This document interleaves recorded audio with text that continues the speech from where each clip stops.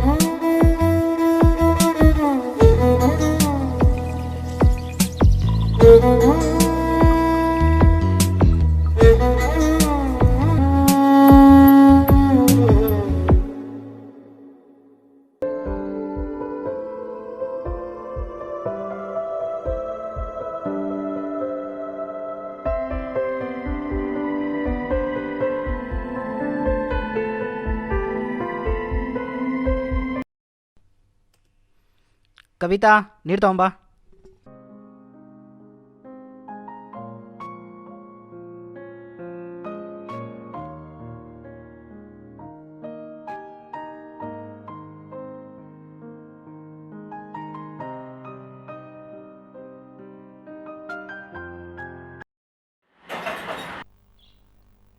ಇವ್ರು ಮಾಡೋ ಕೆಲಸ ಅಷ್ಟರಲ್ಲೇ ಇದೆ.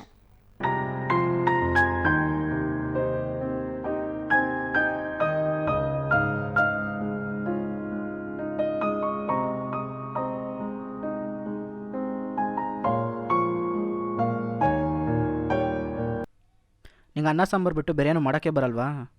ಮನೇಲಿ ಮಟನ್ ಚಿಕನ್ ತಿಂದು ತುಂಬ ದಿನ ಆಗೋಯ್ತು. ಥೂ, ಮನೆಗೆ ಬರೋಕ್ಕೆ ಬೇಜಾರಾಗುತ್ತೆ. ದಿನದಿಂದ ಮನೇಲಿ ಉಪ್ಪಿಲ್ಲ, ಉಪ್ಪು ತರೋಣ ಅಂದರೆ ಕಾಸಿಲ್ಲ. ಅಕ್ಕಪಕ್ಕದ ಮನೆ ಹತ್ರ ಎಷ್ಟಂತ ಕೇಳೋದು? ಒಂದ್ಸತಿ ಸರಿ, 2 ಸತಿ ಸರಿ. ನಾಚಿಕೆ ಆಗಲ್ವಾ ನಮಗೂ? ಇನ್ನೂ ನಿಮ್ಮ ಅಪ್ಪನಿಗೆ ಚಿಕನ್ ಬೇರೆ ಬೇಕಂತೆ. ನಿಮ್ಮಪ್ಪಗೆ ಚಿಕನ್ ಬೆಲೆ ಎಷ್ಟು ಅಂತ ಗೊತ್ತಾ? ಬರೋ ಸಂಬಳದಲ್ಲಿ ಅನ್ನ ಸಾಂಬಾರು ಮಾಡೋಕ್ಕೆ ಆಗಲ್ಲ, ಚಿಕನ್ ಬೇರೆ ಮಾಡಬೇಕಾ? ಚಿಕನ್ ಬೇಡ, ಅಟ್ಲೀಸ್ಟ್ ಅನ್ನ ಸಾಂಬಾರು ಬಿಟ್ಟು ಬೇರೆ ಏನಾದರೂ ಅಡುಗೆ ಮಾಡ್ಬೋದಲ್ವಾ? ನನ್ನ ಸ್ಯಾಲ್ರಿ ಅದಕ್ಕೆ ಸಾಕಾಗುತ್ತಲ್ವಾ? ಓ, ನಿಜವಾಗ್ಲೂ ತಿಂಗಳಿಗೆ ನಿಮ್ಗೆ ಎಷ್ಟು ಸ್ಯಾಲರಿ ಬರುತ್ತೆ ಅಂತ ಏನಾದರೂ ಗೊತ್ತಿದೆಯಾ? ನೀವು ತರೋ ಸ್ಯಾಲ್ರಿನ ಹೆಂಗೆ ಮ್ಯಾನೇಜ್ ಮಾಡಬೇಕು ಅಂತ ನನಗೆ ಗೊತ್ತು. 15 ದಿನಕ್ಕೂ ಸಾಲಲ್ಲ ನೀವು ತರೋ ಸ್ಯಾಲರಿ. ಇನ್ನು ಮಿಕ್ಕಿ 15 ದಿನ ಹೆಂಗೆ ಮ್ಯಾನೇಜ್ ಮಾಡಬೇಕು ಅಂತ ನನಗೆ ಗೊತ್ತು.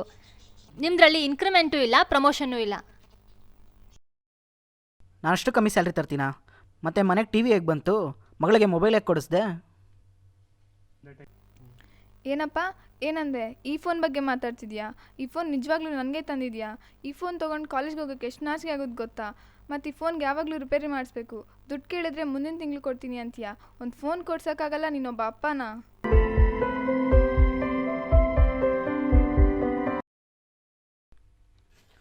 ಫೋನ್ ಹೇಗೆ ಬೇಕು ನಿನಗೆ? ನೀನು ಕಾಲೇಜ್ಗೆ ಹೋಗೋದು ಓದೋಕ್ಕೆ, ಮೊಬೈಲ್ನಲ್ಲಿ ಆಟ ಆಡೋಕ್ಕಲ್ಲ. ನಾನೊಬ್ಬ LIC ಪಾಲಿಸಿ ಏಜೆಂಟು, ಓನರ್ ಅಲ್ಲ. ಇವತ್ತು ಫೋನ್ ಕೇಳ್ತೀರಾ, ನಾಳೆ ಕಾರ್ ಕೇಳ್ತೀರಾ? ನಾನು ಬರೋ ಸಂಬಳದಲ್ಲಿ ಅದನ್ನೆಲ್ಲ ಮಾಡೋಕ್ಕಾಗಲ್ಲ. ನಿಮ್ಮಿಬ್ಬರಿಗಿನ್ನ ನನ್ನ ಮಗನೇ ಎಷ್ಟೋ ವಾಸಿ, ಅವನೇನು ಕೇಳಲ್ಲ. ಸಾಕಪ್ಪ, ಸಾಕು ಸಾಕು. ದುಡ್ಡೇ ಎಲ್ಲ ಅಂತಲ್ಲ, ನಮಗೂ ಗೊತ್ತು ದುಡ್ಡಿನ ಬಗ್ಗೆ. ನಾನು ದುಡ್ಡಿನ ಬಗ್ಗೆ ಮಾತಾಡ್ತಿಲ್ಲ, ನಮ್ಮ ಕನಸುಗಳ ಬಗ್ಗೆ ನೋಡು. ಬೇರೆಯವ್ರನ್ನ ನೋಡು ಹೆಂಗಿದ್ದಾರೆ ಅಂತ. ನೀನು ಲೋ ಇನ್ಕಮಿಂದ ನಮ್ಮ ಕನಸುಗಳು ಯಾವುದು ಈಡೇರ್ತಾ ಇಲ್ಲ. ಅಪ್ಪ, ನೀನು ತಂದ್ಕೊಡ್ತಾ ಇರೋ ಸಂಬಳ ಅಮ್ಮಂಗೆ ಸಂಸಾರ ನಿಭಾಯಿಸೋಕ್ಕೆ ಆಗ್ತಿಲ್ಲ. ಇನ್ನು ನಾನು ಕಷ್ಟಪಟ್ಟು PUC 90% ತೊಗೊಂಡೆ. ಆದರೆ ಇಂಜಿನಿಯರಿಂಗ್ ಓದಬೇಕು ಅಂದ್ಕೊಂಡವನು ಈಗ BSc ಮಾಡ್ತಾಯಿದ್ದೀನಿ. ನೀನು ಕಮ್ಮಿ ಸಂಬಳದಿಂದ ಯಾವ ಬ್ಯಾಂಕಲ್ಲೂ ಲೋನ್ ಕೊಡ್ತಿಲ್ಲ. ಹೆಂಡ್ತಿಗೊಳ್ಳೆ ಗಂಡ ಆಗಲಿಲ್ಲ, ಮಕ್ಳುಗೊಳ್ಳೆ ಅಪ್ಪ ಆಗಲಿಲ್ಲ. ಇನ್ನಂಥವ್ರು ಇದ್ದರು ಒಂದೇ, ಬಿಟ್ಟರು ಒಂದೇ. ಜೀವನನೇ ಬೇಜಾರಾಗೋಗಿದೆ.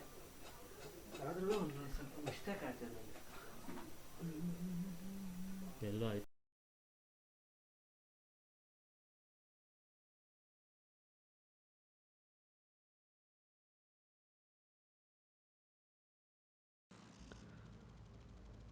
ಸುಖಮಯ ಸಂಸಾರಕ್ಕೆ 12 ಸೂತ್ರಗಳಿರಬೇಕು ಅಂತಾರೆ. ಆದರೆ ಯಾವ ಸೂತ್ರಗಳು ನನ್ನ ಬದುಕಲ್ಲಿ ಉಪಯೋಗವಾಗಲಿಲ್ಲ. ನಾನೊಬ್ಬ ಪಾಲಿಸಿ ಏಜೆಂಟ್. ಬರ್ತಿರೋ ಸಂಬಳದಲ್ಲಿ 60% ಭಾಗ ಪಾಲಿಸಿಗೆ ಕಟ್ತಿದ್ದೆ. ಅದೇ ನೋಡಿ ನಾನು ಮಾಡಿದ ತಪ್ಪು. ನಾನು ಇದನ್ನು ನನ್ನ ಹೆಂಡತಿ ಕೂಡ ಹೇಳಿರಲಿಲ್ಲ. ನನ್ನ ಕುಟುಂಬದಲ್ಲಿ ನನಗೆ ಯಾರೂ ಮರ್ಯಾದೆ ಕೂಡ ಕೊಡೋದಿಲ್ಲ. ನಾನು ಸತ್ತರೆ ನಮ್ಮ ಮನೆಗೆ 25 ಲಕ್ಷ ದುಡ್ಡು ಬರುತ್ತೆ.